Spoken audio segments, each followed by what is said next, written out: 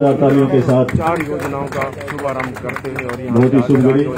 इसके बाद पुनः माननीय मुख्यमंत्री महोदय जी से निवेदन करता हूं कि इसके लिए नगर वन पंचकुला परियोजना का भी आज इसी पावन धरा से शुभारंभ होने जा रहा है। माननीय मुख्यमंत्री महोदय के कर कमलों से परियोजनाओं का शुभारंभ उद्घाटन किया। इसी के साथ अगली परियोजना है प्राण वायु देवता पेंशन योजना की घोषणा।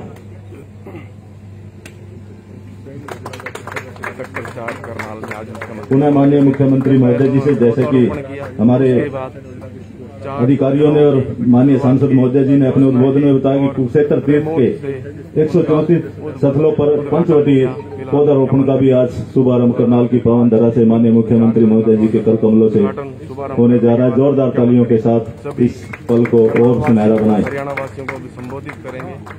मुख्यमंत्री ने 4 जो बहुत बहुत धन्यवाद माननीय मुख्यमंत्री महोदय जी। अब मैं हरियाणा के यशस्वी एवं कर्मयोगी मुख्यमंत्री परम आदरणीय माननीय श्री मनोहर लाल जी से नर्म निवेदन करता हूं कि सर आप आएं और इस मौके पर अपना उद्बोधन देकर हम सबका मार्गदर्शन करें। जोरदार तालियों के साथ माननीय मुख्यमंत्री महोदय जी का अभिनंदन स्वागत। आप सुनिए मुख्यमंत्री का उद्बोधन।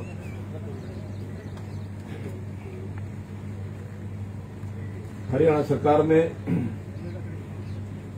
हमारे युवा साथी, हमारे बहुत ही लोकप्रिय वन मंत्री श्री कंवरपाल जी गुर्जर, करनाल पानीपत लोकसभा क्षेत्र के हमारे अपने सांसद श्री संजय भाटिया जी, घरोंडा से हमारे विधायक श्री हरेंद्र कल्याण जी, हमारी करनाल की मेयर आदरणीय बहन रेणुबाला गुप्ता जी,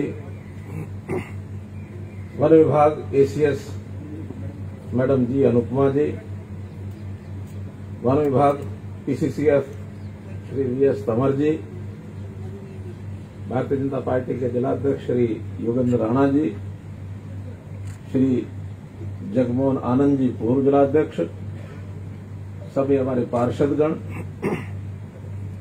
और एक जानकारी और मैं आपको दे रहा हूं कि हमारे इस कार्यक्रम में सीधा लाइव 50 से अधिक स्थानों से लोग जुड़े हैं। विभिन्न स्थानों पर जहां वृक्ष पंचवटी के वृक्ष आज जो का वृक्षारोपण हो रहा है, ऐसे स्थान हैं। और महत्वपूर्ण स्थान है पंचकुला, जहां आज के इस कार्यक्रम के साथ साथ वहां भी एक बड़ा उद्घाटन लगभग 100 एकड़ का जो वन है उसका उद्घाटन वहां हो रहा है। वहां पर जुड़े हमारे स्पीकर साहब श्री ज्ञानचंद गुप्ता जी, सांसद श्री नायब सिंह सैनी जी, विधायक श्री सुभाष सोढ़ा जी, इनकी जानकारी मिली है। और भी हमारे विधायक अथवा अन्य सज्जनवृंद वहां जुड़े होंगे। सभी हमारे अधिकारीगण, सज्जनवृंद, पत्रकार मित्रों, साथियों, छायाकार मित्रों, साथियों, बहुत ही एक आज का दिन मैं इसको कहूंगा पवित्र दिन है। वैसे तो पर्यावरण का कोई दिन नहीं होता, हर सुबह जब निकलती है, हर दिन जब चढ़ता है तो पर्यावरण का द्योतक है। लेकिन चूंकि विश्व भर में जब इसकी चर्चा चली, 1972 में यूएनओ में एक ही प्रस्ताव रखा गया कि बढ़ते हुए प्रदूषण को देखते हुए इसको कम करना है तो पर्यावरण को बढ़ावा देना होगा।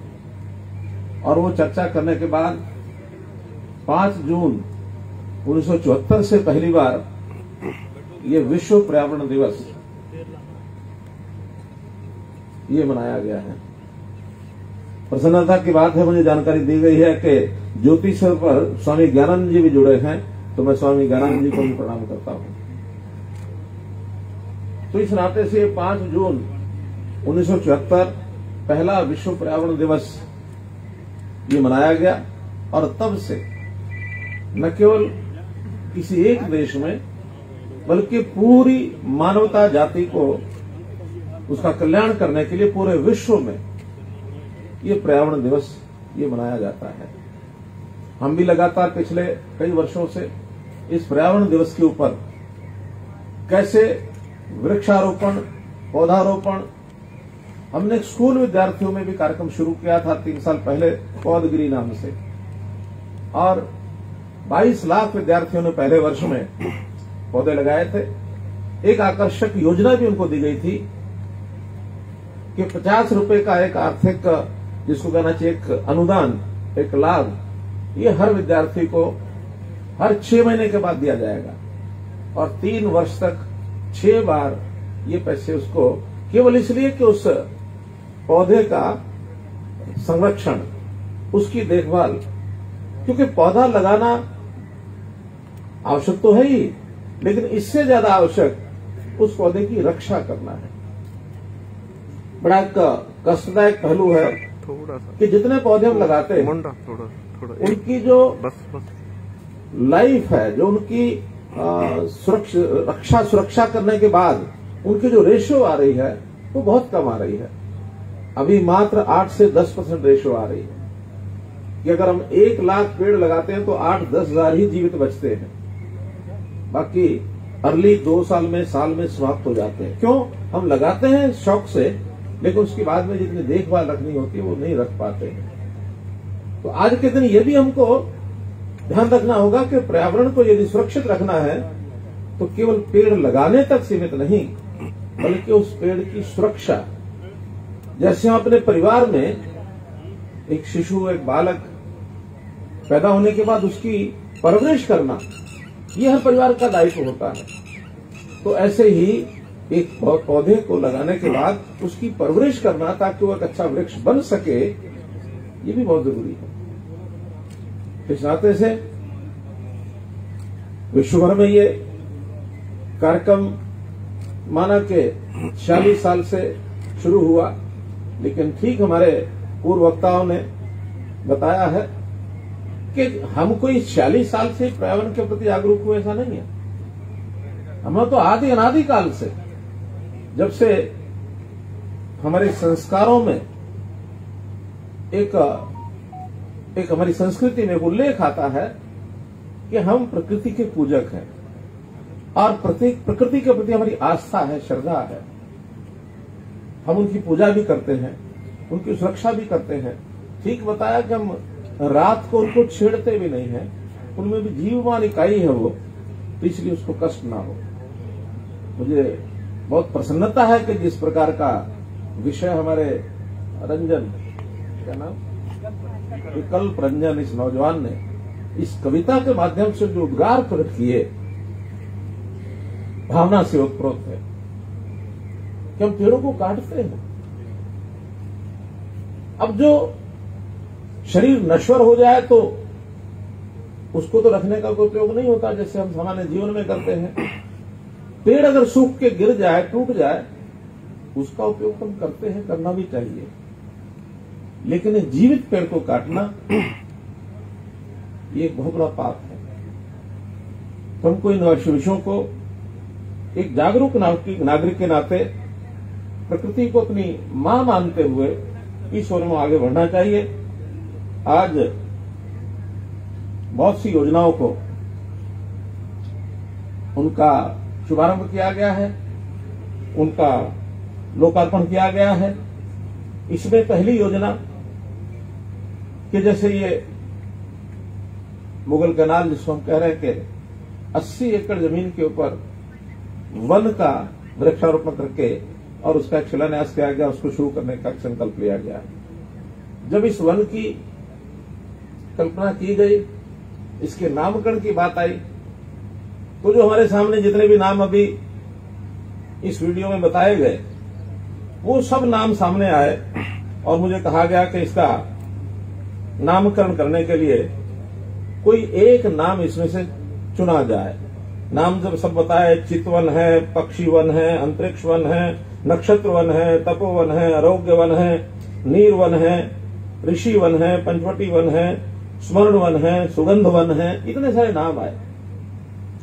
उसको मैंने कहा कि ये वन तो सारे अच्छे हैं, ये सारे वनों का प्रारूप 80 एकड़ में बनना भी चाहिए, लेकिन कोई एक ऐसा नाम जो इन सबको समेट सके अपने अंदर, ऐसा कोई नाम लाना चाहिए। सुंदर वन। तो तब जाकर के ध्यान में आया कि आजकल ये जो महामारी है, इस महामारी में जो सबसे ज्यादा हमको समस्या पैदा हुई तो हमारी इस जीवन प्राण वायु की ऑक्सीजन की समस्या हुई।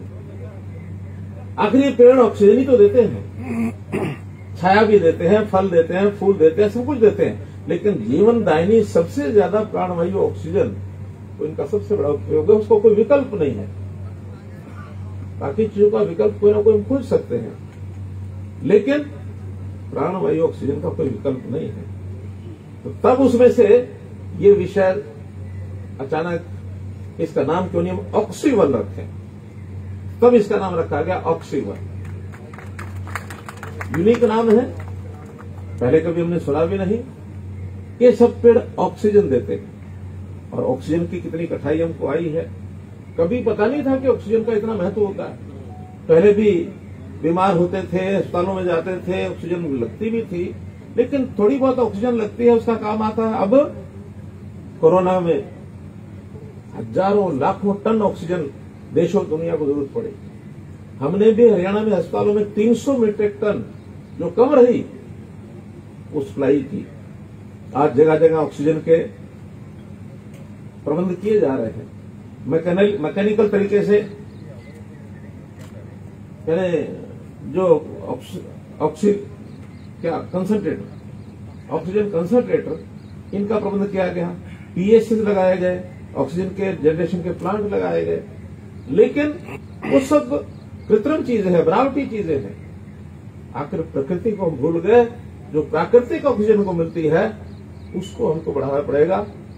उसी में से आज एक बहुत अच्छा एक संदर्भ बना है कि 80 एकड़ जमीन पर हम ऑक्सीजन लगा रहे हैं, और उसी में से विचार आया कि केवल करनाल में ही क्यों, इसकी तो जगह जगह हर शहर में, हर गांव में आवश्यकता है। तो फिर इसके विस्तार के बारे में सोचा और तय किया है कि हर शहर में 5 एकड़ से लेकर और 100 एकड़ तक ये ऑक्सीवन लगाए जाएंगे हर शहर में। केवल शहर में लगाए तो जिंदगी पूरी नहीं होती, उनको गांव में भी लगाना है। तो फिर ये जो पंचवटी का विचार आया, इसके साथ पवित्र भावना भी जुड़ी हुई है। माता सीता को जहां रखा गया जिस वन में, वो पंचवटी है। तो उस पंचवटी में 5 तरह के पेड़ है, 5 ऑक्सीजन देते हैं। तो ऐसे पंचवटी का विस्तार गांव-गांव में किया जाए। आज 134 जगह पर पंचवटी के पेड़ लगाए जा रहे हैं, आगे हर गांव में लगेंगे। और केवल 5 पेड़ पंचवटी के लगे, इससे काम नहीं चलता। तो उसमें से एक और नई योजना आई।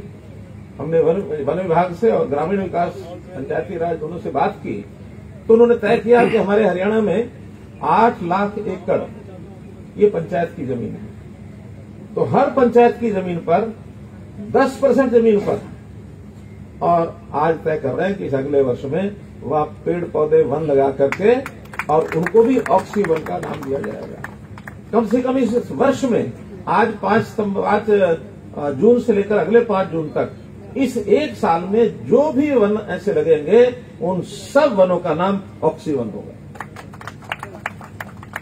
उस 10% के हिसाब से 80,000 एकड़ पर ग्रामीण क्षेत्र में वन लगाएंगे, और उनमें पंचवटी तो सब जगह होगी ही।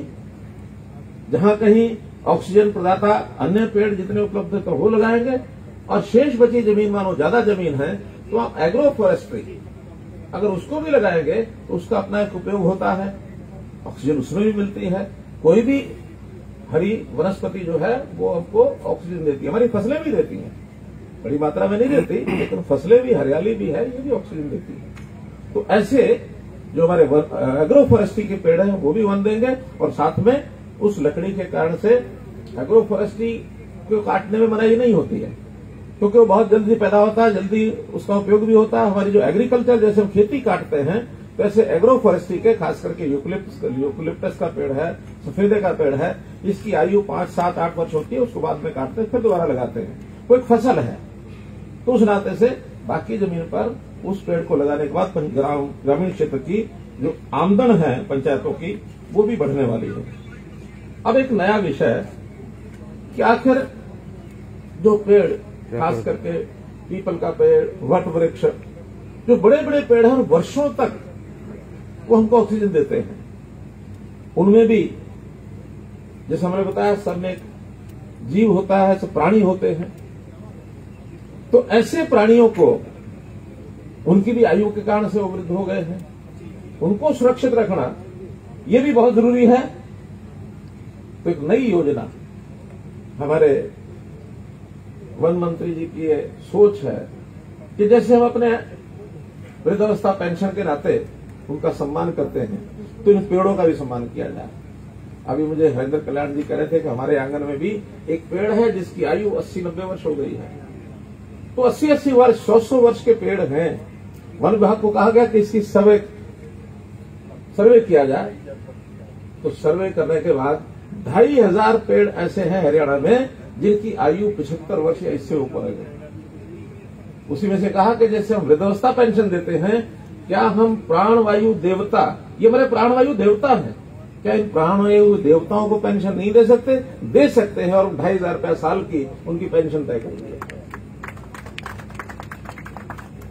प्राणवायु देवता पेंशन स्कीम ये साल की होगी 2500, ताकि उस 2500 में जो उसकी रक्षा सुरक्षा करे उसकी कम से कम ग्रिलिंग करे, वहां पानी की व्यवस्था करे, वहां छाया के नीचे कुछ बेंच लगाने की व्यवस्था करनी है वो कर दे, ताकि लोग वहां बैठे भी। वहां कोई ना कोई स्थान उनको पूजन के नाते से, पीपल का पेड़ तो हमारे परिवारों के सदस्य उनको पूजते हैं, तो कोई पानी से पूजने का भी स्थान बनाए।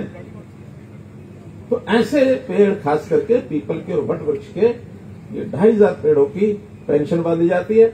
और ये पेंशन भी 2500 फिक्स नहीं है। जैसे हमारी सामाजिक सुरक्षा पेंशन वो भी 2500 महीने की है, वो 2500 महीने की है, 2500 साल की है। जैसे जैसे उसकी दर बढ़ेगी इसकी दर भी बढ़ती रहेगी।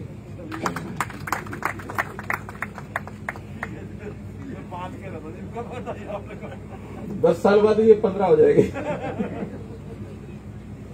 तो इस नाते से ये हमारी दूसरी योजना है। दूसरी भी, और जो तीसरी मैंने गांव की बताई है वो भी हो गई। एक जैसा पानी बचाने की बात हमारे मंत्री जी ने कही, हमने योजना पिछले वर्ष शुरू की थी, मेरा पानी मेरी विरासत। अगली आने वाली पीढ़ी को हम विरासत में बहुत कुछ देके जाएं, पानी और पर्यावरण ये भी देखे जाना है। अगर पानी हमने सोख लिया, चूस लिया जमीन में से, जनाब, तो ये सूखी बंजर जमीन अगली पीढ़ी के किसी काम भी नहीं आने वाली। पानी के बिना जमीन की कोई कीमत नहीं, वैल्यू नहीं। तो मेरा पानी भी मेरी विरासत में हमने धान के प्रति लोगों को जागृत किया था कि धान बोना बंद करें, धान की जगह अन्य फसलें, मक्का है, बाजरा है। पिछली बार बाजरा किया था, इस बार हमने बाजरा उसमें से निकाल दिया क्योंकि बाजरा हमारे यहाँ बहुत ज्यादा होने लग गया है। लेकिन कपास है, मूंग है, तिल है, चारा है, चरी है, तो ऐसी फसलें होने से 7000 रुपया हम 1 एकड़ का हर वर्ष उनको देते हैं। ऐसे में जो आया कि भी क्यों नहीं उस जमीन पर वो पेड़ लगाएं, तो अगर पेड़ लगाते हैं तो इसके लिए और आकर्षण उसका बढ़ाया गया है कि अगर कोई पेड़ लगाएगा कम से कम 400 पौधे, और वो खास करके एग्रोफोरेस्ट्री के ही लगेंगे, 400 पौधे दूसरे नहीं लग सकते। तो अगर एग्रोफोरेस्ट्री कोई करते हैं तो उनको 3 साल तक 7 की बजाय 10,000 रुपया साल का दिया जाएगा, 3,000 रुपया और बढ़ा दिया जाएगा, ताकि फॉरेस्ट्री हो, किसान की इनकम भी बढ़ेगी, लकड़ी भी हमको मिलेगी, और फिर प्राणवायु जैसा संजीवनी ऑक्सीजन ये भी हमको प्राप्त होगी। तो इस नाते से उस योजना पर भी हमने आगे बढ़कर काम किया है। तो मित्रों, आज के दिन सब स्थानों पर जहां जहां हमारे ये कार्यक्रम सब लोग उपस्थित हैं, मैं उनसे पुनः निवेदन करूंगा कि अपने पेड़ों को लगाना और अपने परिवार के बच्चों की तरह इनकी सुरक्षा करना, और इसमें इनके प्रति श्रद्धा का भाव, समर्पण का भाव ये जागृत रखना, और इसकी पूजा वैसे तो हम पंचतत्व प्रकृति की पूजा करते हैं और उनको भी भगवान मानते हैं। भगवान का अगर हम उसका संधि विच्छेद करें, भ ग व आ न, तो पंचतत्व ही बनते हैं। भ भूमि, ग गगन, व वायु, अ अग्नि, न नीर, यही 5 तत्व हैं।